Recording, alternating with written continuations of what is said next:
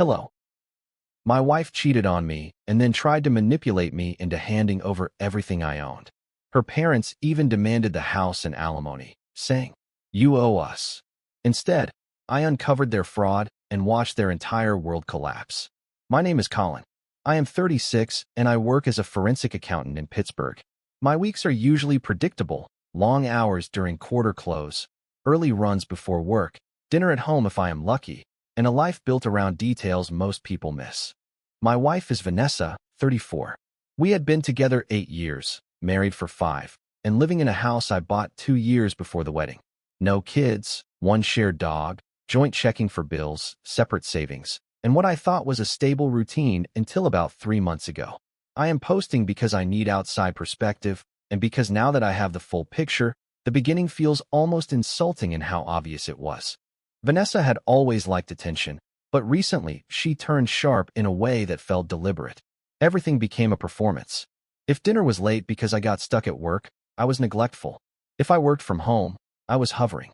If I stayed quiet during one of her little speeches about how much she sacrificed for us, she would ask if I was too cheap to even defend myself properly.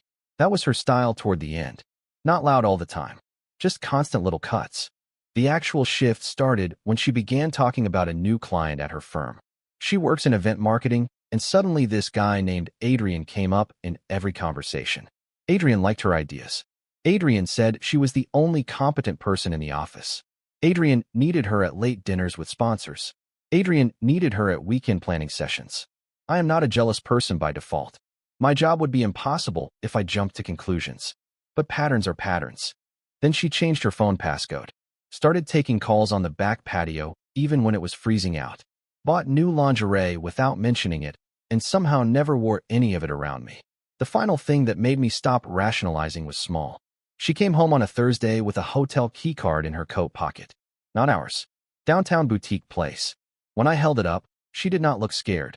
She looked annoyed, like I had interrupted her. She told me I was spiraling and said the room was for a client block booking. Then she made herself a drink at 4 in the afternoon and asked whether I planned to interrogate her every time she had a successful week. So I did what I do for a living. I stopped arguing and started documenting. I copied bank statements.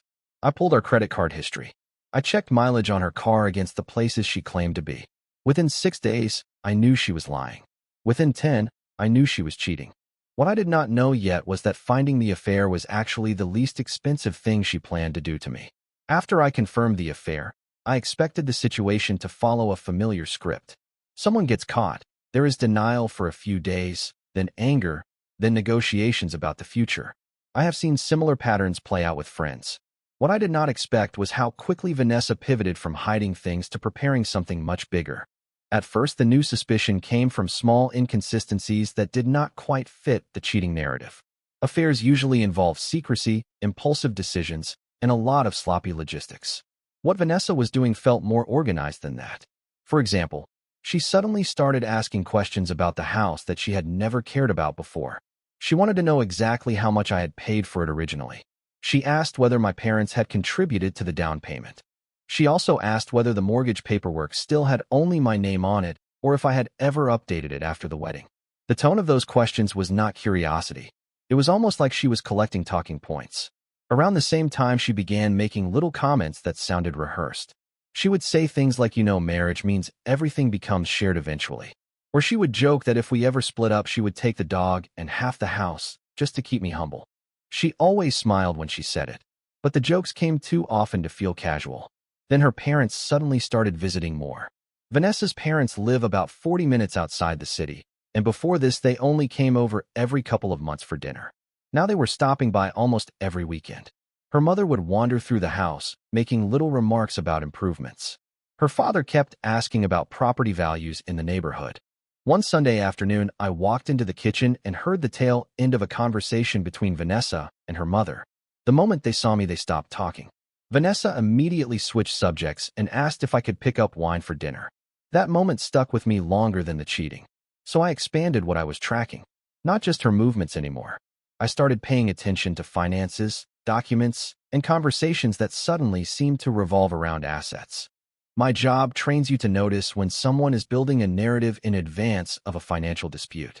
Within another week, I started seeing the outline of what Vanessa thought her exit plan was going to be.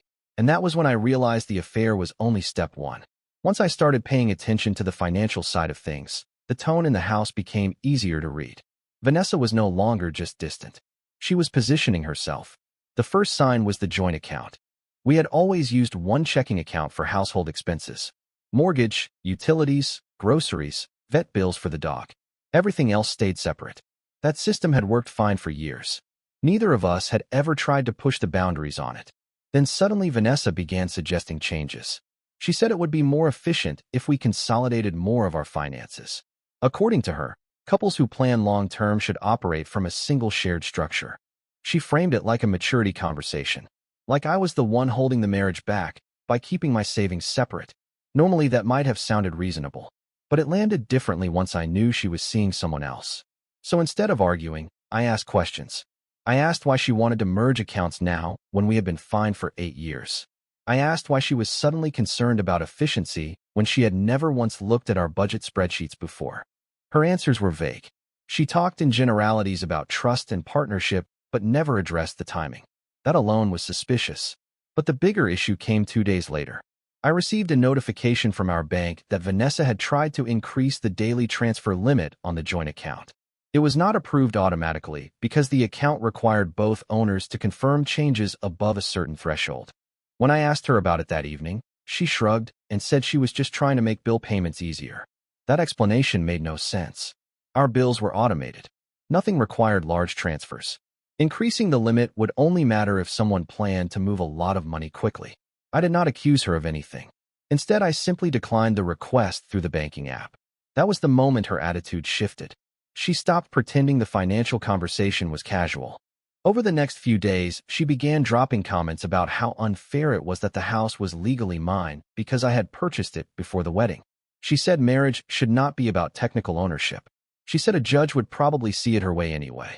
The strange part was how confident she sounded. Not hopeful, not speculative, confident.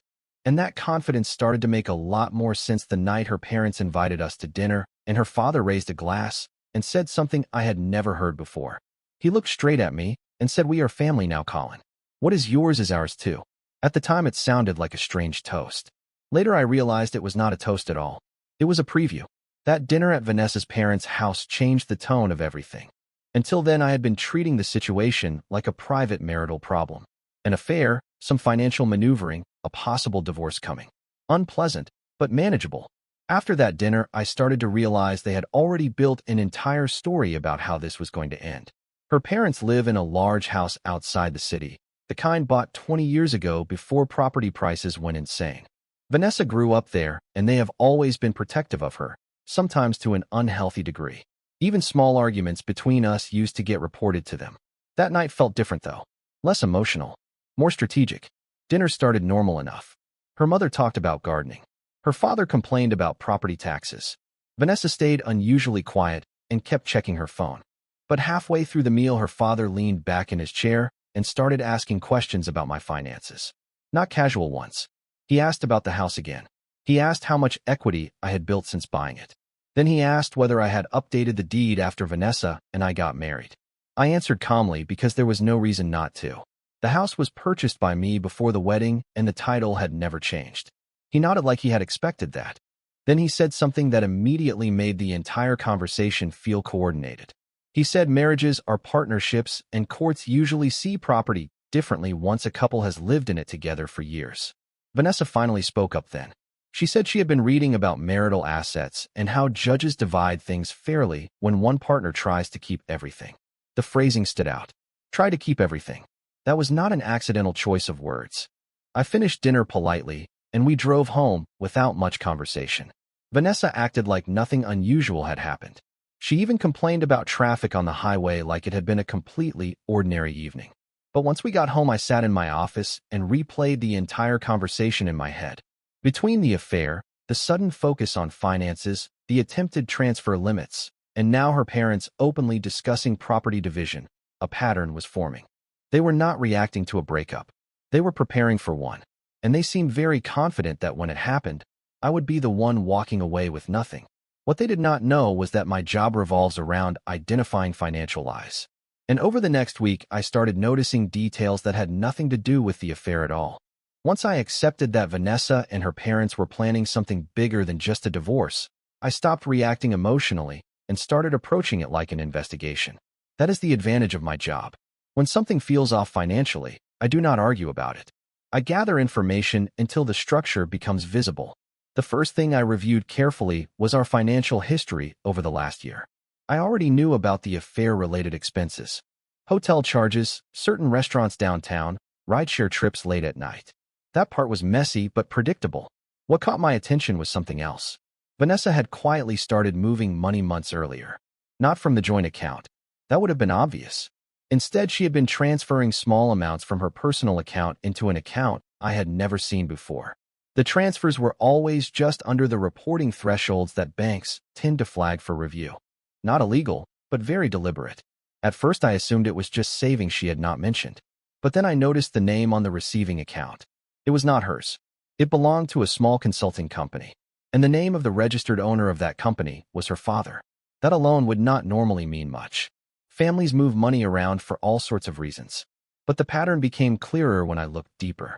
Over the previous 9 months, Vanessa had transferred a total that added up to nearly $80,000. Every payment labeled consulting services. Vanessa does not run a consulting business. She works for a marketing agency on salary, which meant those transfers had no legitimate explanation. At that point, I started checking public records. Her father's consulting company had been registered less than a year ago. Around the same time, Vanessa began complaining more about how unfair our financial arrangement supposedly was. Even more interesting was the fact that the company had never reported any employees or real business activity. On paper, it existed. In reality, it looked like a funnel. And suddenly a lot of things started to make sense.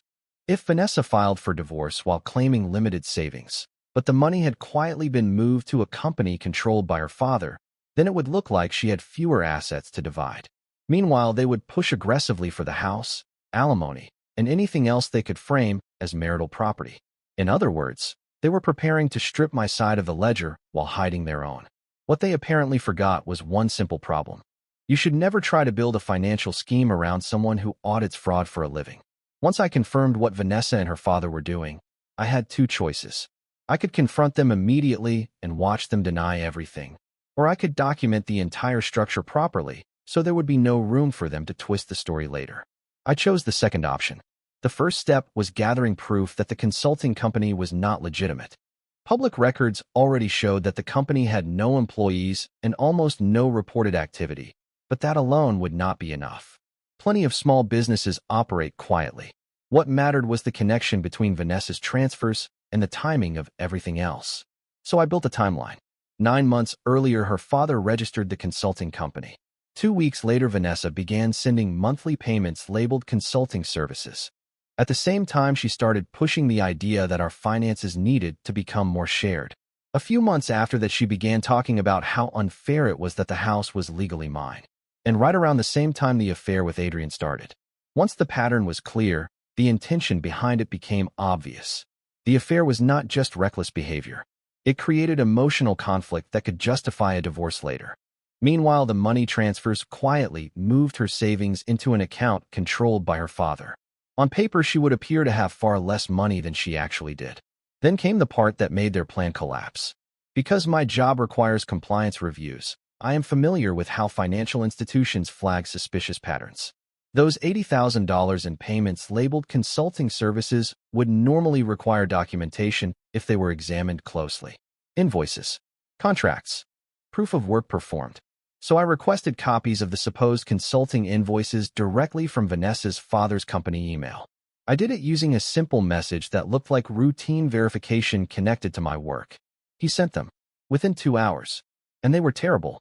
The invoices listed vague services like strategic advisory and operational insight. No dates, no project descriptions, no measurable deliverables, just round numbers that matched the exact transfers Vanessa had made. Anyone who reviews financial fraud cases could recognize it immediately. It was not consulting. It was money being parked somewhere else.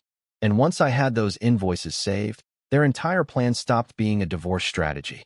It became financial fraud that was now fully documented. At that point, I had enough evidence to prove what Vanessa and her father were doing. the transfers, the fake invoices, the timeline. But exposing it immediately would have been a mistake. If they realized I had figured it out, they would simply adjust the story. So instead I waited. About 2 weeks later, Vanessa finally made her move. It happened on a Monday evening after dinner. She sat across from me at the kitchen table with a calm expression that looked rehearsed. Then she told me she thought our marriage had become unhealthy and that we should consider separating. The delivery was almost clinical. She said we had grown apart. She said my work made me distant. She said she deserved a partner who supported her emotionally. I listened without interrupting. Then she introduced the real topic. She said that since we had built a life together, it would only be fair if we divided things in a way that respected her contributions. She mentioned the house almost immediately. According to her, even though I had purchased it before the marriage, the years we spent living there together meant she had earned a share. That was when her parents entered the picture. 2 days later, Vanessa told me they wanted to discuss the separation like adults. Apparently, they believed family conversations were better than involving lawyers right away. I agreed to meet them. We sat in their living room that Saturday afternoon. Vanessa beside her mother, her father in the chair across from me. The conversation lasted less than 10 minutes before the real demand came out. Her father leaned forward and said something that sounded less like a suggestion and more like an instruction. He said that since Vanessa had supported the household emotionally for years, the fair outcome would be simple. I would transfer the house to her, provide monthly support while she re-established herself, and split any remaining assets evenly. Then he smiled and said the sentence that stuck with me. He said, "You owe us for the years she invested in you." They genuinely expected me to agree. Instead, I pulled a folder out of my bag and placed it on the coffee table. Inside were the bank records, the transfer logs, and every invoice her father had emailed me from his consulting company. And for the first time since this whole situation started, Vanessa stopped looking confident. The room went quiet the moment I opened the folder. Vanessa looked down first. Her father tried to keep his expression neutral, but I could see the moment he recognized the invoice format on the top page. He knew exactly what he was looking at. I kept my voice calm because there was no reason to raise it. I explained the timeline. I showed them the company registration date.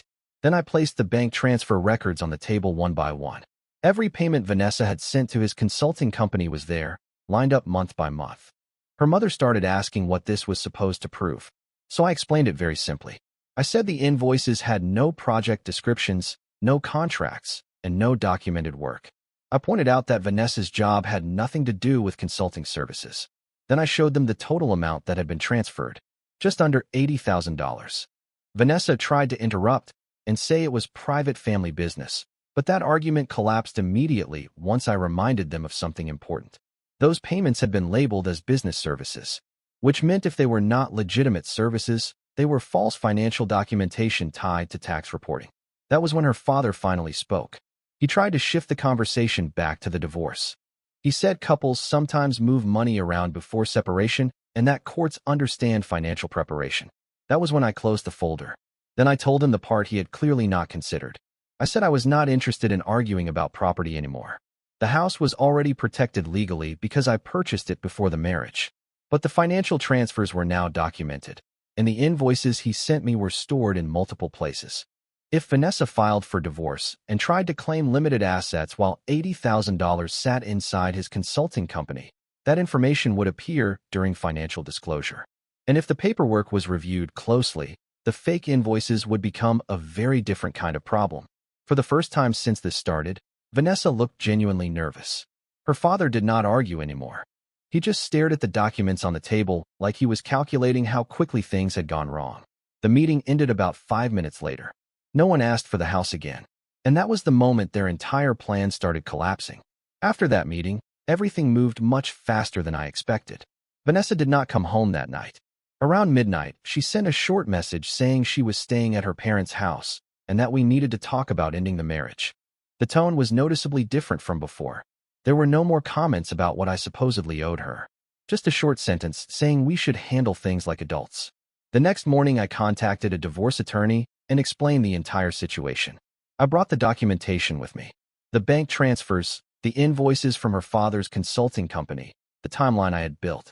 My lawyer did not even try to hide his reaction. He said the house was already clearly protected since I purchased it before the marriage. But the financial transfers were something Vanessa would absolutely not want examined in court. which meant the negotiation leverage had completely flipped. Within a week, Vanessa's attorney reached out. The proposal was very simple. They wanted a fast, uncontested divorce. No fight over the house. No request for alimony. No attempt to divide my personal savings. The only thing they asked was that the joint checking account be split evenly and that both sides move forward without digging into extended financial discovery. My lawyer looked at me and said the same thing I had already realized. They were trying to end this before their paperwork became a problem. So I agreed. The paperwork moved quickly after that. Since we had no children and very few shared assets, the process was mostly procedural. A few forms, a short hearing, and a judge confirming that both sides accepted the terms. Vanessa barely looked at me during the hearing. Her parents were not there. About 6 weeks after that first meeting in their living room, the marriage was legally over. No house transferred. No alimony. No dramatic courtroom arguments. Just a clean divorce that looked surprisingly quiet on paper. But the real collapse of their plan did not happen in the courtroom. It started afterward, when the financial details they tried to hide began catching up with them anyway. After the divorce was finalized, I expected things to simply fade out. Legally, everything was done. Vanessa moved the rest of her belongings out of the house over 2 weekends while I was at work. We barely spoke during that time. The dog stayed with me, which honestly surprised me since she had always claimed she was more attached to him. But the strangest part was how quickly her entire family disappeared from my life. For years, they had been involved in everything. Holidays, weekend dinners, random visits where her father would walk around the house commenting on repairs I should make. Then suddenly there was nothing. No messages. No last attempts at negotiation. Just silence. At first I assumed they were simply relieved the divorce ended quietly. That would have been the smartest outcome for them. Once the paperwork was signed, there was no reason to keep pushing anything. But the financial mess they created did not disappear just because the marriage ended. About 2 months later, I heard from a mutual acquaintance who worked in accounting at a regional firm. He mentioned that Vanessa's father had been dealing with some serious tax problems involving a consulting company he registered the previous year. Apparently, the numbers did not match the business activity he had reported. Large transfers labeled as consulting income. No real clients. No documentation that held up under review. I never asked for details, and he did not volunteer many. But the implication was obvious. When financial records start getting examined closely, poorly constructed paperwork does not survive very long. Vanessa and her parents had spent months building a plan that assumed I would panic, hand over the house, and try to escape the conflict quickly. Instead, they ran that plan against someone whose entire career revolves around recognizing financial manipulation. The house is still mine. My finances are intact. The dog still sleeps on the same spot near the living room window every night. Vanessa is gone, and honestly, that part feels quieter than I expected. The strange thing is that if they had simply ended the marriage honestly, the entire situation probably would have been simple. But the moment they decided I owed them everything, they created a problem they could not control. And once I saw the structure of it, the outcome was never really in doubt. Bye-bye.